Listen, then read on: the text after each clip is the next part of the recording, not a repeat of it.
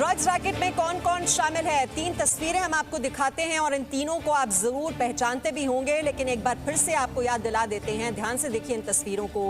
रिया चक्रवर्ती आपको दिखाई दे रही हैं जो ड्रग्स के मामले में जेल में हैं। दूसरी तस्वीर सारा अली खान की है और तीसरी तस्वीर रकुलप्रीत सिंह की है। एनसीबी से पूछताछ में रिया ने कहा है कि ये दोनों ड्रग्स का सेवन करती हैं। रिया ने कुल 25 लोगों के नाम बताए हैं और जी न्यूज आज आपको 5 नाम बता रहा है। तो सबसे पहले तो ये समझिए कि देखिए खबर है क्या। रिया ड्रग्स मामले में 5 लोगों के नाम का खुलासा हुआ है। जी न्यूज ने आज 5 नामों का खुलासा किया है। सैफ अली खान की बेटी सारा पर ड्रग्स लेने का आरोप है। अभिनेत्री रकुलप्रीत सिंह पर भी ड्रग्स लेने का आरोप है और कास्टिंग डायरेक्टर मुकेश छाबड़ा पर ड्रग्स लेने का आरोप है। रोहिणी अय्यर, सिमोन पर भी ड्रग्स लेने का आरोप है। तो ये 5 नाम आपके सामने हैं जो ड्रग्स लेते हैं। ये आरोप लगाया है रिया चक्रवर्ती ने। दरअसल जो उनसे पूछताछ हुई है उन्होंने इन 5 लोगों के नाम लिए हैं। रिया ने हालांकि ड्रग्स मामले में एनसीबी को 25 नाम बताए थे। एनसीबी पूछताछ के लिए जल्द ही सबको सम्मन भेजेगा। तो ऐसे में कुछ बड़े सवाल आज जिनको लेकर हम चर्चा करने वाले हैं वो ये है कि क्या बॉलीवुड में ड्रग्स लेना आम बात है? बॉलीवुड में ड्रग्स लेना क्या स्टेटस सिंबल है? ड्रग्स मामले में अब अगली गिरफ्तारी किसकी होगी? क्या एनसीबी ड्रग्स के इस पूरे रैकेट को जल्द ही खत्म कर देगी? और अब तक रंगीन दुनिया का काला सच क्यों छिपा हुआ था? तो आइए चर्चा की शुरुआत करते हैं और आज की चर्चा में जो मेहमान हमारे साथ शामिल हैं उनका परिचय मैं आपसे करा दूं। हमारे साथ उमाकांत मिश्रा हैं, पूर्व अधिकारी हैं एनसीबी के। विक्रम सिंह जी हमारे साथ हैं, पूर्व डीजीपी उत्तर प्रदेश से, वो हमारे साथ जुड़े हुए हैं। एलन राव, पूर्व डीसीपी दिल्ली पुलिस। अनुजा कपूर, मनोचिकित्सक हमारे साथ इस चर्चा में आज शामिल हो रही हैं और अभिनेता सुरेंद्र पाल को आप इस वक्त देख रहे हैं। सभी मेहमानों का बहुत बहुत स्वागत। और शुरुआत मैं उमाकांत मिश्रा जी आपसे कर रही हूं क्योंकि हम देख रहे हैं नारकोटिक्स कंट्रोल ब्यूरो पूरी तरह से एक्टिव मोड में इस वक्त नजर आ रहा है और धीरे धीरे इन नामों का खुलासा हो रहा है। और ये तो हमें कहना चाहिए कि अब परतें उघड़नी शुरू हुई हैं। ये जो रंगीन दुनिया है, जो रुपहले पर्दे का जो काला सच है, अब वो पूरी दुनिया को दिखाई देगा कि होता क्या है, दरअसल सच्चाई क्या है।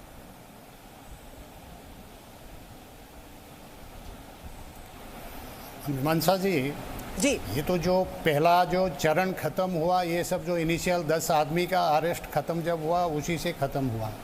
अभी एनसीबी के पास 180 डेज हैं इन्वेस्टिगेशन करके, बाकी इसके जितने सारे रेमिफिकेशन वगैरह है, क्या कनेक्शंस है, बाकी लोग कौन इन्वॉल्व हैं, कौन ये कर रहे हैं, इसका तहकीकात होने के बाद सारा चीज़ सामने आएगा। अभी भी मैं कह रहा हूँ कि जो यहाँ 2 पहलू है, एक तो कंजम्पशन का पहलू है, एक सप्लाई का पहलू है। और यहाँ से जो इन्वेस्टिगेशन का थ्रस्ट शुरू हुआ है वो कंजम्पशन के पहलू लेके हुआ है, क्योंकि उसी के बारे में ही पहले खबर मिला। तो ये इन्वेस्टिगेशन सीक्वेंशियल होता है क्योंकि एक लिंक दूसरे लिंक से जाके जुड़ता है। तो ये कंजम्पशन वगैरह में जो शुरू होता है, अभी जो सवालात किए जाएंगे, जो 25 नाम रिया ने सपोजिटली बताए हैं, वो उसी से शुरुआत होगा। लेकिन मैं अभी भी कहता हूँ कि एनसीबी का जो थ्रस्ट है, मुझे जो लगता है वो कंजम्पशन के ऊपर कम रहेगा। ये नहीं रहेगा कि कौन ले रहे हैं, ये तो फॉरगॉन कंक्लूजन है। लेकिन सप्लाई का एक्सटेंट क्या है, वो कितना डीप रूटेड है, और वो एक नेटवर्क जो है कहाँ कहाँ है, वो डोमेस्टिक नेटवर्क है या इंटरनेशनल नेटवर्क है। देखिए जो अभी तक तथ्य सामने आए हैं वो बड से यूज हुए हैं, एमडीएमए यूज हुए हैं। अभी जितने सारे आदमी थे उनके पास फॉरेन करेंसी वगैरह मिला हुआ है, तो इसका ज़रूर इंटरनेशनल कनेक्शन तो है।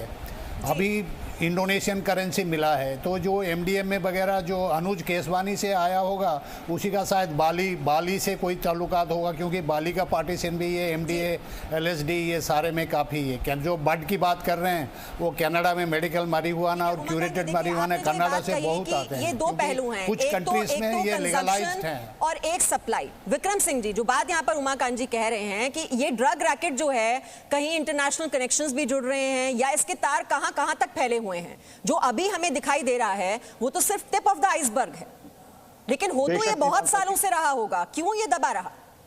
बेशक मीमांसा जी, ये शर्मा जी की जो बहुत ही सारगर्भित बातें हैं, मैं उसको आगे बढ़ाना चाहूंगा कि अगर हमने गंगा जी से 2 बाल्टी पानी निकाला, वो केवल 2 बाल्टी, लेकिन गंगोत्री तक जब नहीं पहुंचे, जो कि स्रोत है, जैसा मिश्रा जी ने बताया कि जो स्रोत है उस तक पहुंचना जरूरी है। तो एक जो पूछताछ आके है, रिया ने 25 नाम बताए, इन 25 से अगर गहराई से छानबीन होगी तो 50-100 नाम आएंगे। उन 100 नामों से जो स्रोत और सप्लायर है उन तक पहुंचेंगे, और जब सप्लायर पहुंचेंगे, असली कामयाबी एनसीबी की इन्वेस्टिगेटिंग एजेंसीज की वो होगी जब आप वहां तक पहुंच जाए जो कि इस स्रोत की और इस कड़वे सच की सच्चाई है और उसका अनावरण। ये जो रंगीली दुनिया, इसके पीछे की चीत्कार, इसका अनावरण तभी होगा जब आप इसके स्रोत तक पहुंचेंगे। और ये बिल्कुल एक अच्छा प्रयोग है जिसमें मैं समझता हूं एनसीबी, सीबीआई, समस्त इन्वेस्टिगेटिंग एजेंसीज इसमें लग करके जो स्रोत है वहां तक पहुंच जाएं।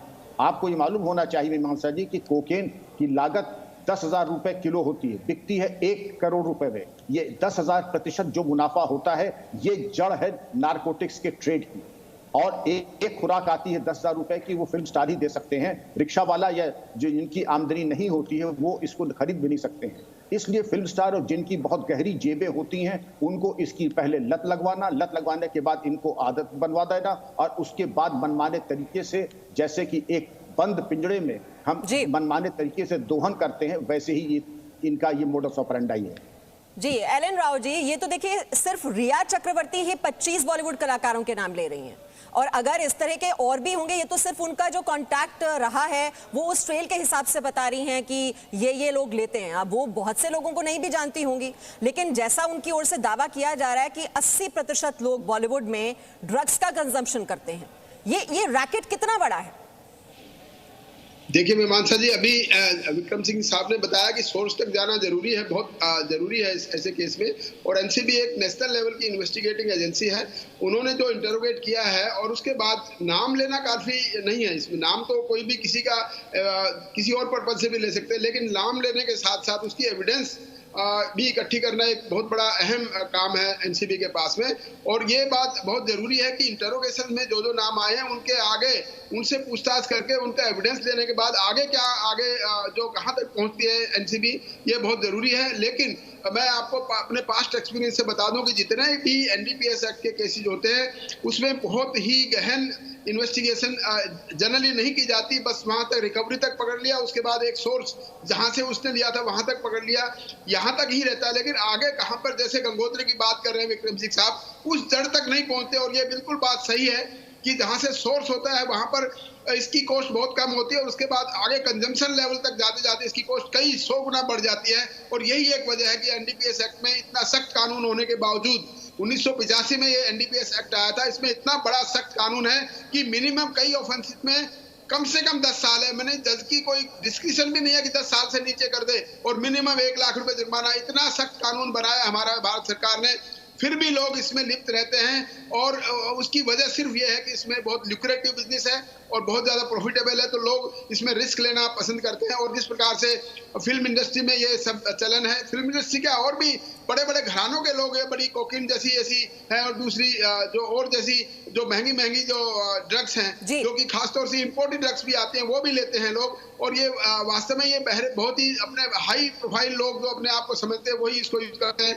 तो गरीब आदमी या नीचे वाले लेवल के आदमी का यूज करने की चीज नहीं है। तो इसमें सबसे बड़ी बात जो आपने कही है एलन राव जी, कि ये नाम तो ले लिए, लेकिन अब उन पर शिकंजा कसेगा कैसे? अब ये सबूत कैसे इकट्ठा किए जाएंगे? ये सबसे बड़ी चुनौती। मैं सभी से रिएक्शंस लूंगी। मैं उससे पहले सुरेंद्र पाल जी के पास इस वक्त जा रही हूँ, क्योंकि वो खुद बॉलीवुड से संबंध रखते हैं, और वो जरूर जो इनसाइड स्टोरी होती है वो ही वो शख्स बता सकता है कि हो दरअसल क्या रहा है।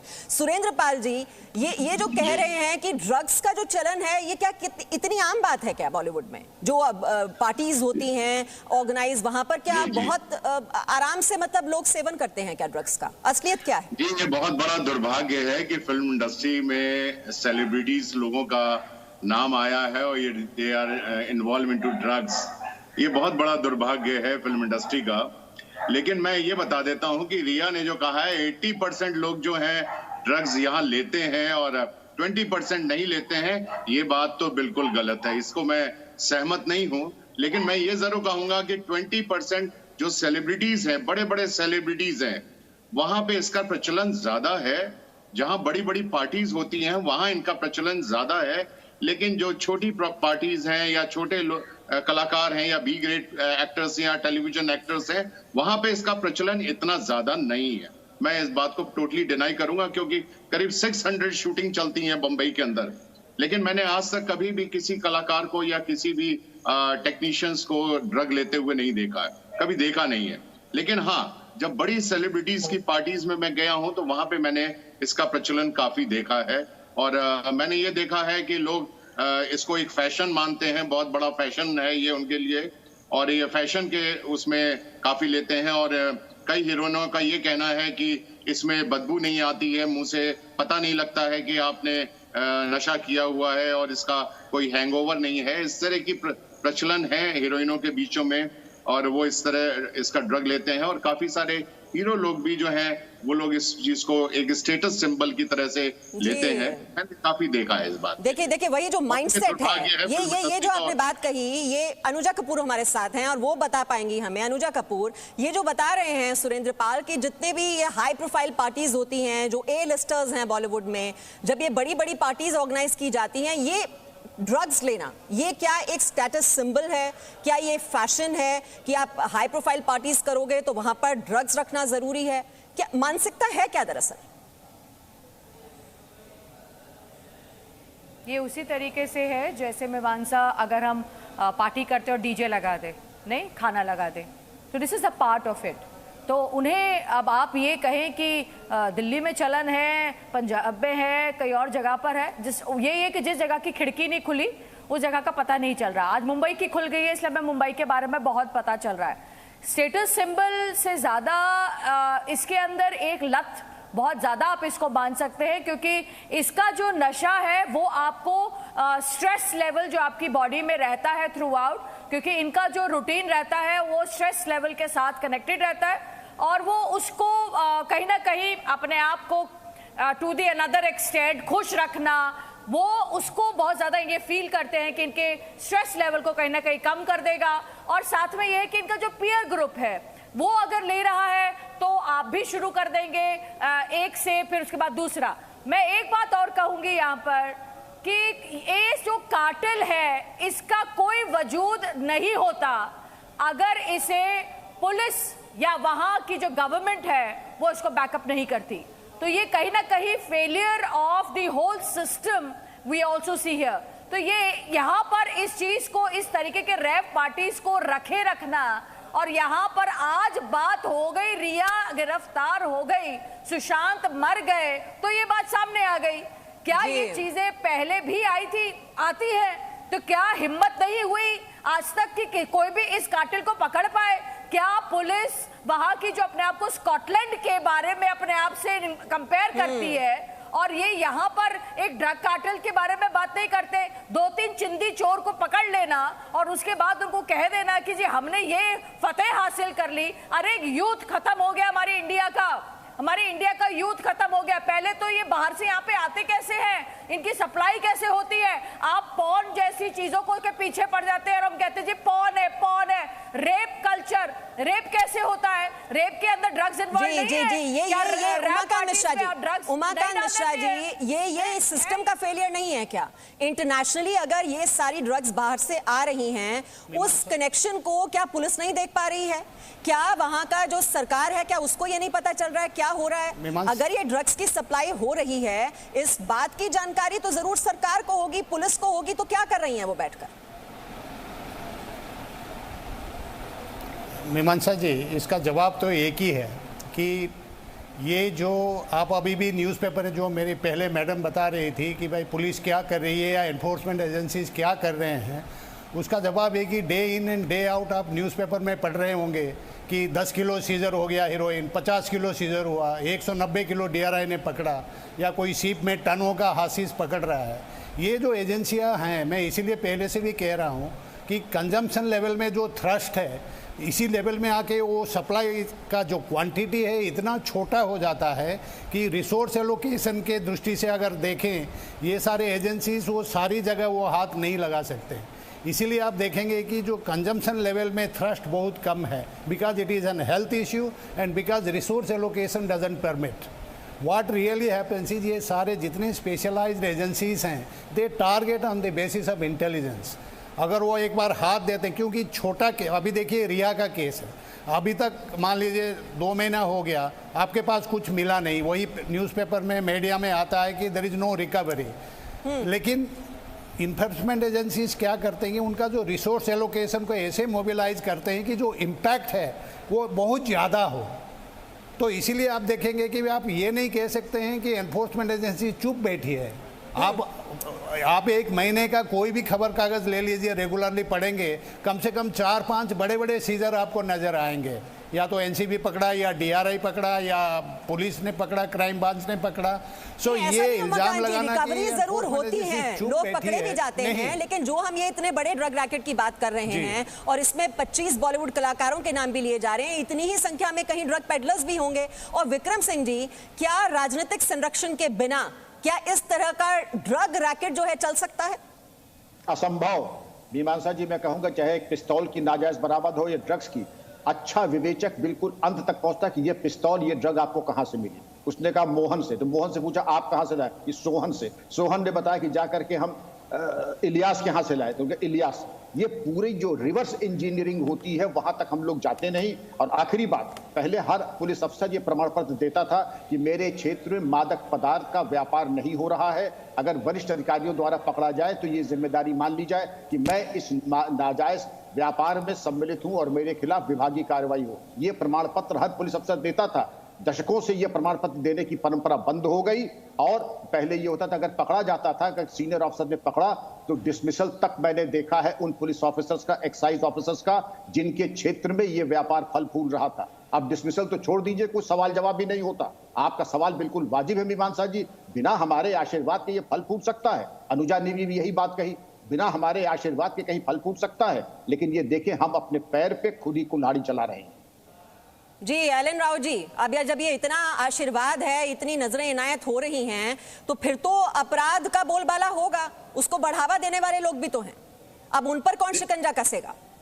देखिए, ये सब चीजें मीमांसा जी डिमांड और सप्लाई पे डिपेंड करता है। लोगों की डिमांड है और वहां से सप्लाई भी होती है, लेकिन जो हमारी जो एजेंसीज हैं, जो नारकोटिक कंट्रोल ब्यूरो है, जो लोकल पुलिस है, क्राइम ब्रांच जो स्टेट्स की है, उनका काम है उसका लगातार इंटेलिजेंस कलेक्ट करना, उस पर रेड करना, और करते हैं। लेकिन जैसा विक्रम सिंह साहब कह रहे हैं कि उसकी जड़ तक नहीं पहुंचते, और जो रिस्पॉन्सिबल ऑफिसर है जिसके एरिया में कोई दूसरी एजेंसी जाके बरामद करती है, पहले सिस्टम था और ये बिल्कुल सही सिस्टम था कि उस पर सख्ती रहती थी पुलिस ऑफिसर्स के ऊपर कि वो अपने एरिया में ऐसा नहीं होने दें। और लेकिन एक बात मैं बता दूं, इस पे सभी सहमत होंगे कि पुलिस चाहे तो उसके इलाके में कोई दूसरी चिड़िया पर नहीं मार सकती बिना उसकी मर्जी के, ये इसमें कोई दो राय नहीं है। लेकिन हाँ, कुछ एक जो ऐसे ऑर्गेनाइज्ड रैकेट्स हैं वो पुलिस से या राजनीतिक संरक्षण, जैसे आपने कहा राजनीतिक संरक्षण, कुछ जो लोगों में, जैसे आपने पंजाब में देखा होगा उड़ता पंजाब क्या है, उसमें सारा का सारा यही है कि कहीं ना कहीं पॉलिटिकल कोई कनेक्टेड आदमी है जो स्टेट से जुड़ा होता है और इसीलिए वो फलता फूलता है। यहाँ पर जरूरत है कि पुलिस अपनी सतर्कता बढ़ाए, कार्रवाई ज्यादा करे, जड़ तक पहुंचे और पॉलिटिकल संरक्षण लेने वालों को आइडेंटिफाई करके उनको डिस्करेज किया जाए। बिल्कुल। और एलन राव जी, ये जो पब्लिक सेंटिमेंट है, आपने अगर सोशल मीडिया पर देखा हो जिस तरह के रिएक्शंस आ रहे हैं कि बॉलीवुड को क्लीन करने की जरूरत है, जो ये गंदगी है वो आपको हटानी होगी, ये है लोगों की आवाज। और ये जितने भी कलाकारों के नाम आ रहे हैं, इनके खिलाफ लगातार बहुत ही तेजी से रिएक्शंस आ रहे हैं। ट्विटर पर ट्रेंड कर रहा है लगातार सारा अली खान का नाम जब से सामने आया है इसमें। और जो और बॉलीवुड के कलाकार जिनके अभी नाम सामने आएंगे, तो कहीं ना कहीं लोगों की ये भावना है कि ये जो बॉलीवुड में गंदगी है वो साफ होनी चाहिए, इनको एक्सपोज करना जरूरी है और इनकी गिरफ्तारी भी होनी चाहिए। लेकिन सबूत कैसे इकट्ठा किए जाएंगे? तो रिया ड्रग्स मामले में 5 लोगों के नाम का खुलासा हुआ है। जी न्यूज ने आज 5 नामों का खुलासा किया है। सैफ अली खान की बेटी सारा पर ड्रग्स लेने का आरोप है। अभिनेत्री रकुलप्रीत सिंह पर भी ड्रग्स लेने का आरोप है। कास्टिंग डायरेक्टर मुकेश छाबड़ा पर भी ड्रग्स लेने का आरोप है। रोहिणी अय्यर और सिमोन का नाम भी लिया है रिया चक्रवर्ती ने। और इस ड्रग्स मामले में एनसीबी के पास अब 25 नाम हैं सामने जो उसके रडार पर हैं, जिनसे पूछताछ करने की तैयारी कर रहा है नारकोटिक्स कंट्रोल ब्यूरो। इन सभी को जल्द ही सम्मन भेजा जाएगा और पूछताछ के लिए बुलाया जाएगा। और लगातार हमारे मेहमान हमारे साथ जुड़े हुए हैं। उमाकांत जी, ये नाम तो ले लिया, जो बात आप पहले कह रहे थे कि शिकंजा कसेगा कैसे, वो कौन से अहम सबूत चाहिए होते हैं जिसके बलबूते कार्रवाई की जाती है? देखिए, सबसे जहाँ तक सबूत की बात है, मैं तो सबसे पहले ये कहूँगा कि कोई ड्रग्स रिकवर हो, क्योंकि वो एक पोजेशन ऑफ ड्रग्स जो है सबसे बड़ा सबूत होता है। और उसके बाद जो ड्रग्स को लेके जो तरह तरह के एक्टिविटी है, या कल्टीवेशन हो या मैन्युफैक्चर हो या प्रोसेसिंग हो, सेल, परचेज, डिस्ट्रीब्यूशन, ये सारा उसके बाद वो बनता है। ये एनडीपीएस एक्ट का एक ही खासियत है कि पूरा सप्लाई चेन जो है वो क्रिमिनल है। क्रिमिनल मतलब हर aspect, right from the point of supply to the point of consumption is criminalised. उससे इसीलिए हर पॉइंट के हिसाब से इन्वेस्टिगेशन के दौरान उनको सबूत ढूंढना पड़ेगा कि अभी जो कंजम्पशन से शुरू होता है। जैसे मैं एक एग्जांपल बताता हूं, जो पहले हम विक्रम सिंह साहब या एलन राव साहब बता रहे थे कि एनफोर्समेंट एजेंसी के पास कैसे वो डील करेगा। मान लीजिए कि कोकेन ड्रग कार्टेल से 50 किलो कोकेन आया, वो इंडिया में आके 100 आदमी में बटेगा, 100 आदमी से आके 1000 आंटी में सब डिस्ट्रीब्यूटर में बचेगा। वो 1000 आदमी से 5000 आदमी जो है उसको तरह तरह वो जो कंजम्पशन लेवल में जो डिस्ट्रीब्यूट करते हैं वहाँ जाएंगे। तो अभी जो थ्रस्ट है वो, क्योंकि जो ड्रग एनफोर्समेंट स्ट्रेटेजी क्योंकि डिस्ट्रीब्यूटिव है कि हमारा जो कंट्री का जो गवर्नमेंट पॉलिसी है वो ड्रग एनफोर्समेंट को बांट दिया है ताकि हर गली, हर नुक्कड़, हर स्टेट, हर डिस्ट्रिक्ट कवर हो। एनसीबी एक स्पेशलाइज एजेंसी है जो नेशनल एपेक्स कोऑर्डिनेशन एजेंसी भी है, एनफोर्समेंट एजेंसी भी है और इंटेलिजेंस एजेंसी भी है। लेकिन जहाँ तक ये ड्रग फाइट करने का जो पावर है वो कस्टम्स के पास भी है, पुलिस के पास भी है, सेंट्रल एक्साइज के पास भी है, बीएसएफ के पास भी है, कोस्ट गार्ड के पास भी है, ये सारे स्टेट एक्साइज के भी पास है। उसका एक लक्ष्य है। लक्ष्य ये कि हर साधन जितने भी कंट्री के पास है एक साथ जोड़ के इसको फाइट किया जाए। ठीक है, ये जो सप्लाई चेन की आपने बात की विक्रम सिंह जी, दूसरी बात तो ये तरीका होना क्या चाहिए कि आप शिकंजा कस पाएं कहां तक ये ड्रग्स पहुंच रही हैं? क्योंकि जैसे हमने रिया के केस में भी देखा, जो व्हाट्सएप चैट्स हैं वो भी रिट्रीव करनी पड़ी जो डिलीट कर दी गई थी, और वो जो पूरा एंगल ही बदल गया, वो तो ड्रग्स पर आ गया लेकिन मामला तो दरअसल कुछ और था। ऐसे में आप कौन से अभिनेत्री हैं और हीरो हैं जो ये ले रहे हैं सेवन, ये शक के आधार पर तो ये कार्रवाई की नहीं जा सकती, तो फिर सोर्स तक कैसे पहुंचा जाए? मीमांसा जी, इस तरह की जो विवेचनाएं होती हैं वो थोड़ी डिफरेंट होती है। वो विज्ञान भी है, कला भी है, और इसमें एक वरिष्ठ अधिकारी के नेतृत्व में एसआईटी का गठन करके, जिसमें महिला अधिकारी भी हों, विशेषज्ञ भी हों, उनके द्वारा कीजिए। क्योंकि अक्सर ही देखा जाता है एक व्यक्ति को, और वो भी, अगर मैं आरोप नहीं लगा रहा हूं, अधीनस्थ स्तर के अधिकारी को दिया गया, ऐसी इन्वेस्टिगेशन की संभावना होती है कि वो डिरेल हो जाए। एसआईटी जब रहती है, वरिष्ठ अधिकारी के नेतृत्व में निकटतम पर्यवेक्षण में विवेचना होती है, तो समस्त पहलुओं के ऊपर चैट से लेके गुणवत्ता तक और उसके बाद जो तमाम वैज्ञानिक और फॉरेंसिक डिटेल्स होते हैं उनका अनुसंधान करके अकाट्य साक्ष्य प्रस्तुत करते हैं। एनडीपीएस एक्ट में बड़ी कठोर प्राविधान है, यहाँ तक कि सजाए मौत भी है। लेकिन सजाए मौत को छोड़ दीजिए, जो मामूली से मामूली सजा होती है वो भी हम बहुत ज़्यादा दिलाने में बहुत सफल नहीं होते हैं। लेकिन तमाम इन्वेस्टिगेटिंग एजेंसीज हैं, और अगर कामयाबी का स्तर वो नहीं है जिसको कि हम अपेक्षा करते हैं, आपने सवाल बहुत अच्छा किया है, उसमें हमें जाना चाहिए एक्विटल रिपोर्ट बनाकर कि आखिर हम कहाँ विफल रहे, और अगर विफल रहे विवेचना के लेक्चर में या परीक्षण में या प्रस्तुतिकरण, तीनों कारणों से हमें कार्रवाई करनी चाहिए विवेचना के अधिकारियों के ऊपर। जी ठीक है। अनुजा कपूर, और ये देखिए एक हमें जो पक्ष यहाँ पर नजर आता है वो है कि दोहरी जिंदगी किस तरह से जीते हैं हमारे बॉलीवुड के कलाकार। एक और हमें दिखाई देता है कि वो हेल्दी फूड को प्रमोट कर रहे हैं, योगा करते हुए दिखाई दे रहे हैं, और जब उनकी हम असल जिंदगी में झांकते हैं तो हमें कुछ और ही दिखाई देता है। अब आपने रिया चक्रवर्ती का वो देखा होगा ट्वीट, जो कि कुछ साल पहले उन्होंने ट्वीट किया था, जिसमें उन्होंने हैरानी जताई थी कि एक लड़की पकड़ी गई है ड्रग ट्रैफिकिंग करते हुए। उन्होंने इसको लेकर ट्वीट किया था, जो अब बहुत ज्यादा वायरल हो रहा है। तो ये रियल लाइफ और रियल लाइफ में इतना ज्यादा अंतर, जितना कि तुम पकड़े जाओ, बस जितना पकड़े जाओ उतना अंतर है।